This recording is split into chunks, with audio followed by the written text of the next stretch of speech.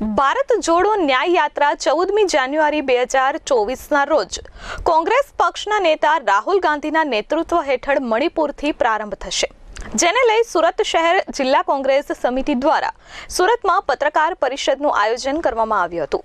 14 જાન્યુઆરી 2024ના રોજ શરૂ થનારી ભારત જોડો ન્યાય યાત્રાને લઈ સુરત શહેર જિલ્લા કોંગ્રેસ દ્વારા માહિતી પાઠવવામાં આવી હતી। ભારત જોડો ન્યાય યાત્રા રાહુલ ગાંધીના નેતૃત્વ હેઠળ મણિપુરથી શરૂ થશે, જેમાં કોંગ્રેસ પક્ષના રાષ્ટ્રીય અધ્યક્ષ મલ્લિકાર્જુન ખડગે આ યાત્રાને પ્રસ્થાન કરાવશે। 6500 કિલોમીટરની ભારત જોડો ન્યાય યાત્રા 110 જિલ્લા અને 15 જેટલા રાજ્યોમાંથી પસાર થશે। દેશમાં વધી રહેલી આર્થિક સમાનતા, રાજકીય ધ્રુવીકરણને રોકવા અને સર્વસમાવેશ રાજનીતિ માટે ભારત જોડો ન્યાય યાત્રા શરૂ કરવામાં આવી હોવાનું પત્રકાર પરિષદમાં જણાવવામાં આવ્યું હતું।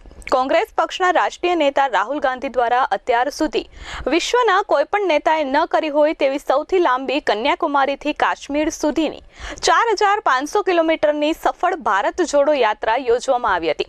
ત્યારબાદ ભારત જોડો ન્યાય યાત્રા શરૂ કરવામાં આવશે, જે મણિપુરથી 14મી જાન્યુઆરીથી પ્રારંભ થઈ 20 માર્ચના રોજ મુંબઈ ખાતે પૂર્ણ થશે। ગુજરાત પ્રદેશ કોંગ્રેસ સમિતિ તરફથી પ્રવક્તા નૈસદ દેસાઈ અને શહેર પ્રમુખ હસમુખ દેસાઈ આપ સમક્ષ માનનીય રાહુલજીની મણિપુરથી શરૂ થનારી 14મી જાન્યુઆરીથી અને તે 20મી માર્ચ મુંબઈ શિવાજી પાર્કમાં એનું સમાપન થશે।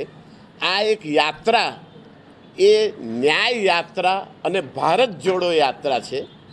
એ ભારતની રાષ્ટ્રીય એકતાને મજબૂત બનાવવા માટે અને આર્થિક સમાનતા પ્રસ્થાપિત કરવા અને ધાર્મિક અને સામાજિક સમાનતા અને એકતા પ્રસ્થાપિત કરવી, આ એના મુખ્ય ઉદ્દેશ છે, હેતુ છે।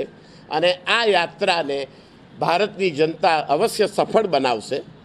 આપ જાણો છો કે આ એક અગાઉ જે યાત્રા કન્યાકુમારીથી કાશ્મીર સુધી થઈ એને ખૂબ સારી સફળતા મળી અને આર્થિક રીતે નબળા વર્ગના તમામ સામાજિક નબળા વર્ગના લોકોએ ખૂબ હૃદયપૂર્વક એને સ્વીકારી હતી અને આ યાત્રાનો પણ આ જ ઉદ્દેશ છે અને આ ન્યાય યાત્રામાં આપ સૌને સહભાગી થવા અને સફળ બનાવવા અમે નમ્ર પ્રાર્થના કરીએ છીએ।